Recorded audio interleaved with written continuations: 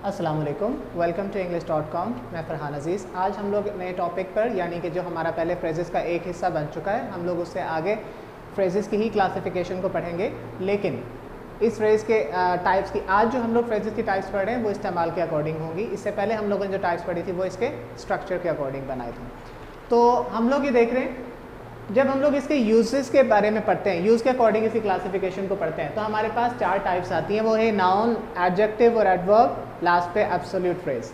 तो अगर हम लोग इनको वन बाय वन डिस्कस करें तो देखिए, जब कोई चीज़ किसी भी इन चारों फ्रेजेस में हम लोग ये देख रहे हैं, अगर ये नाम नाउन का है तो इसका माने कि ये फ्रेज नाउन का फंक्शन दे रहा है। अगर ये एडजेक्टिव का नाम है तो इसका माने ये फ्रेज एडजेक्टिव का फंक्शन दे रहा है। इसी तरह से एडवर्ब वाला फ्रेज जो है वो एडवर्ब का फंक्शन दे रहा होता है। एब्सोल्यूट फ्रेज जो है वो फुल सेंटेंस को डिस्क्राइब करता है। खैर, इसको भी हम लोग अभी पढ़ते हैं। नाउन फ्रेज के ऊपर मैं फर्स्ट ऑफ ऑल आता हूँ। यहाँ पर मैंने जो सेंटेंसेस लिखे आपके एग्जाम्पल्स के तौर पर, तो नाउन फ्रेज चूँकि ये नाउन, अब नाउन के फंक्शंस को जहन में रखते हुए, यानी कि वो आपने इस चीज़ को समझना है कि क्या ये वही फंक्शंस है जो कि एक नाउन परफॉर्म कर रहा है या ये कुछ डिफरेंट है। फॉर एग्जाम्पल नंबर 1 में देखिए, Ali and Hamid play together. अब यहाँ पर देखें, आपका जो सब्जेक्ट है, सब्जेक्ट आपका ये अली एंड हामिद, यानी कि ये पूरे का पूरा एक सब्जेक्ट है, ये एक फ्रेज है। ठीक है जी, ये 3 अल्फाज पर मुश्तमिल एक फ्रेज है जो यहाँ पर सब्जेक्ट का फंक्शन परफॉर्म कर रहा है। वे दो पूरे का पूरा जो है वो क्या बन गया, हमारा सब्जेक्ट। अब चूंकि ये सब्जेक्ट है तो सब्जेक्ट हमारा नाउन हुआ करता है, तो ये नाउन के पॉजिटिव में इस्तेमाल हो रहा है। हम लोग इसको बोल रहे हैं कि ये हमारा सब्जेक्ट है। सब्जेक्ट में प्ले टुगेदर जो है वो एक साथ खेलते हैं, ये दोनों क्या करते हैं, एक साथ खेलते हैं। ये प्ले का सब्जेक्ट है, प्ले इसका वर्ब है, मेन वर्ब है, और इसके सब्जेक्ट के तौर पर अली एंड हामिद जो है वो इस्तेमाल हो रहे हैं। नेक्स्ट में सेंटेंस में आप देख सकते हैं, वी सॉ, हमने देखा। क्या देखा, अ टॉल ट्री। ठीक है, यहाँ पे आप अगर इसको देखो तो टॉल ट्री जो है वो सॉ की ऑब्जेक्ट के तौर पे इस्तेमाल हो रहा है। ठीक है जी, ये ऑब्जेक्ट के तौर पे इस्तेमाल हो रहा है। किसकी ऑब्जेक्ट, सॉ की ऑब्जेक्ट। जैसा कि ऊपर हम लोग देख रहे थे, अली एंड हामिद ने प्ले के सब्जेक्ट के तौर पर काम किया। अभी आप देखेंगे कि अ टॉल ट्री जो है उसने सॉ के ऑब्जेक्ट के तौर पर काम किया, यानी कि उसके एक्शन को रिसीव कर रहा है। क्या चीज़ देखी जा रही थी, टॉल ट्री। नेक्स्ट में देखते हैं, this is a good book. ठीक है, ये भी एक सादा सेंटेंसेस यहाँ पर मैंने बनाए ताकि समझने में थोड़ी ज़्यादा आसानी हो जाए। This is a good book. अब ये गुड बुक जो है, इससे पहले इज़ लिखा हुआ है। अब इस जो है वो एक नॉन एक्शन वर्ब है, इस वजह से यहाँ पे वो लिंकिंग वर्ब भी कहलाता है, कॉपुलर भी कहलाता है। इसको हम लोग बोलते हैं आ गुड बुक जो है, ये पूरे का पूरा फ्रेज इस का क्या बनेगा, कॉम्प्लीमेंट। ठीक है, तो कॉम्प्लीमेंट नाउन का कॉम्प्लीमेंट बनाना ये नाउन या एडजेक्टिव का काम होते हैं, जहाँ पर ये नाउन का फंक्शन दे रहा है। दैट इज़ वाई हम लोग इसको कहेंगे आ गुड बुक जो है वो इसका कॉम्प्लीमेंट है। ठीक हो गया। अब हम लोग नेक्स्ट देखते हैं। आप सब लोग यहाँ पर देखिएगा कि एडजेक्टिव फ्रेज जो है उसके ऊपर हम लोग अगर डिस्कस करें, जैसे हम लोगों ने नाउन फ्रेज में देखा कि वो नाउन के फंक्शन दे रहा था, तो एडजेक्टिव फ्रेज एडजेक्टिव के फंक्शंस देगा। अब उन फंक्शंस को सिंपली ये देखिए कि एडजेक्टिव का काम नाउन की तरह इतना लंबा चौड़ा नहीं होता, उसने सिर्फ और सिर्फ नाउन प्रोनाउन को डिफाइन करना होता है। राइट, तो हम लोग इसमें देखेंगे एडजेक्टिव फ्रेज में number 1, I bought a shirt with long sleeves. ठीक है जी, तो इसमें आप अगर गौर करें तो हमारे पास जो बॉट है शर्ट के बाद यहाँ पर शर्ट के साथ जो लिखा हुआ है मैंने, bought a shirt with long sleeves, तो अब यहाँ पर शर्ट विद लॉन्ग स्लीव्स इसका एडजेक्टिव है। ठीक हो गया, ओके, यानी ये शर्ट को डिस्क्राइब कर रहा है। क्लियर, ये किसको डिस्क्राइब कर रहा है, ये हमारे शर्ट को डिस्क्राइब कर रहा है। शर्ट चूंकि एक नाउन है और ये इस नाउन को डिस्क्राइब करने वाला क्या हुआ, उसका क्या बोलते हैं, एडजेक्टिव हो गया। ओके, उसके बाद नेक्स्ट सेंटेंस को हम लोग देखते हैं। Being an honest man he returned my money.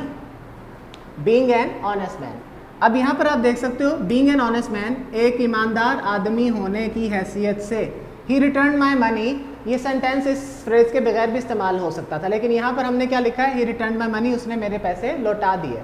तो बीइंग एन ऑनेस्ट मैन, एक ईमानदार आदमी होने की हैसियत से, ही रिटर्न्ड माय मनी, उसने मेरे पैसे जो थे वो लौटाए। तो हम लोग इसको बोल रहे हैं ये इसका एडजेक्टिव है, क्योंकि ये ही को डिस्क्राइब कर रहा है। और ही चूँकि प्रोनाउन है तो प्रोनाउन जो होता है वो जाहिर सी बात है कि वो नाउन ही एक्चुअली नाउन ही को रिप्लेस कर रहा होता है, तो ये उसको डिस्क्राइब करने वाला जो फ्रेज़ है वो एडजेक्टिव फ्रेज़ होगा।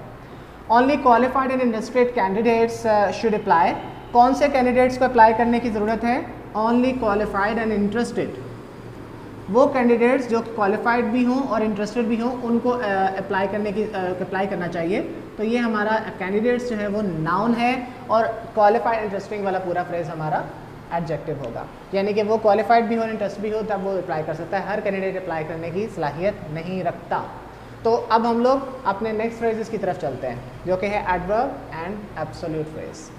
ओके, अब हमारे पास एडवर्ब फ्रेज मौजूद है। एडवर्ब फ्रेजेस की कुछ टाइप्स कुछ एग्जांपल्स आपके सामने हैं। ही सक्सीडेड, आई एम सॉरी यहाँ पर सक्सीडेड होना चाहिए, ही सक्सीडेड विद ग्रेट एफर्ट, तो ही सक्सीडेड विद ग्रेट एफर्ट। अब देखिए यहाँ पर होगा वो कामयाब हो गया। अब ये सक्सीडेड जो है वो एक वर्ब है, ही सक्सीडेड वो कामयाब हुआ, ये सक्सीड जो है ये एक वर्ब है, सक्सेस का वर्ब है।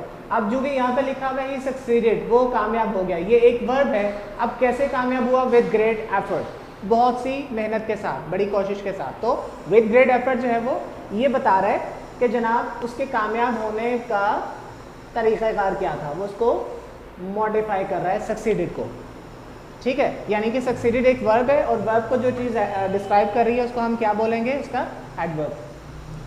फिर दूसरी चीज़ आप देख सकते हैं, ये भी यहाँ पे हम लोग लिख लेते हैं, ये वर्ब है, राइट, ओके। फिर उसके बाद आप नीचे देखें, this is a cool and refreshing flowing water. अब यहाँ पर अगर गौर किया जाए तो फ्लोइंग जो था ना वो फ्लोइंग वाटर, ये वाटर एक नाउन है और फ्लोइंग जो है वो उसको डिस्क्राइब कर रहा है। इस वजह से हम इसको क्या बोलेंगे? ये नाउन का, इस वाटर के यानी कि जो नाउन है इसका ये एडजेक्टिव, ये एडजेक्टिव है, ये इसका नाउन है जिसको ये मॉडिफाई कर रहा है। अब अगर चूंकि मैंने ये बताया कि ये एडजेक्टिव है जो कि इस नाउन को मॉडिफाई कर रहा है, तो इस फ्लोइंग को आप कह लें कि अगेन एक चीज़ जो है वो कर रही है, वो कूल एंड रिफ्रेशिंग, ठीक है। तो इसको हम लोग जो है वो इसलिए इस्तेमाल में ला रहे हैं, तो ये भी आपका एडवर्ब फ्रेज होगा, ठीक है जी। तो उसके बाद हम लोग ये चीज़, ये एडवर्ब बोलेगा। उसके बाद ही स्पोक लाउड। अब देखिए लाउड जो है वो एक ऑलरेडी एडवर्ब है और टू एड्रेस एस ऑल, ये इसका। अब देखिए स्पोक जो था ना, लाउड जो है ना वो स्पोक को डिस्क्राइब कर रहा है। स्पोक एक वर्ब था और लाउड उसको डिस्क्राइब करते हुए यानी कि बता रहा है कि उसने किस तरह से बात की, ऊंची आवाज़ में बोला, तो लाउड बोला, ये लाउड बोलने को डिस्क्राइब कर रहा है, ठीक है जी। इसको डिस्क्राइब करने की वजह से ये एडवर्ब हो गया।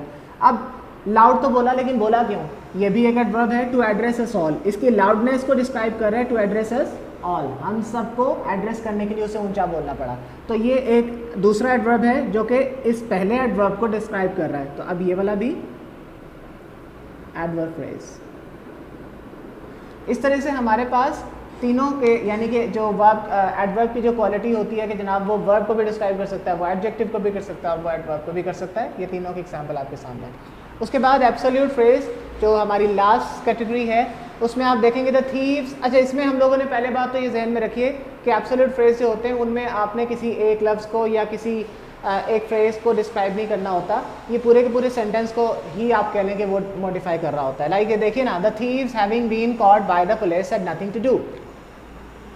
चोर चूँकि पकड़ लिए गए थे, अब उनके पास कुछ करने को नहीं था। For example the thieves had nothing to do, क्यों नहीं था करने को? उसकी रीज़न, ये पूरी के पूरे जो सेंटेंस की रीज़न है वो आपके पास इस फ्रेज में having been caught by the police, having been caught by the police, यानी कि ये पूरे का पूरा जो फ्रेज है वो आपको ये बता रहा है कि जनाब उसके भागने की कोई सिचुएशन बाकी नहीं थी और ये पूरे का पूरा सेंटेंस जो है वो यानी कि वो कुछ नहीं कर सकते थे, वो बिल्कुल आप कह लें कि वो हो गए थे। अब इस पूरे के पूरे सेंटेंस की जो मीनिंग है कि उनके पास करने को कुछ नहीं था। क्यों नहीं था? क्योंकि वो ये सिचुएशन थी, right. To have availed a leave already he must not ask for another.